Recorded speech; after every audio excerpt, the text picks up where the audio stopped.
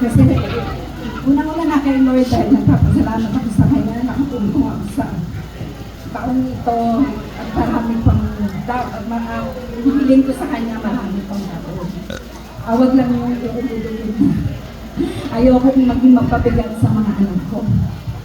Pero sa ngayon, sobra-sobra ang saya ko, hindi ko may sabi kung saan ko ilalagay. Surprise talaga ako sa mga anak ko. Nagpapasalamat ako sa mga kapatid ko, sa mga bayaw ko, hipag, bilas, sa mga pamangkin ko, lahat kayo, at lalo-lalo na sa mga anak ko. Hindi ko maiano sa mga kaibigan ko, sa kaibigan ko nung high school. Maraming salamat at nakarating kayo dito. Hindi ko rin magagawa kung hindi dahil sa mga anak ko. Kasi nakagabay sila sa akin. Kahit nagagalit ako sa kanila, inaano pa rin nila ako. Kasi, siyempre, matanda tayo, nagiging ako pag meron tayong nabinig na hindi natin gusto,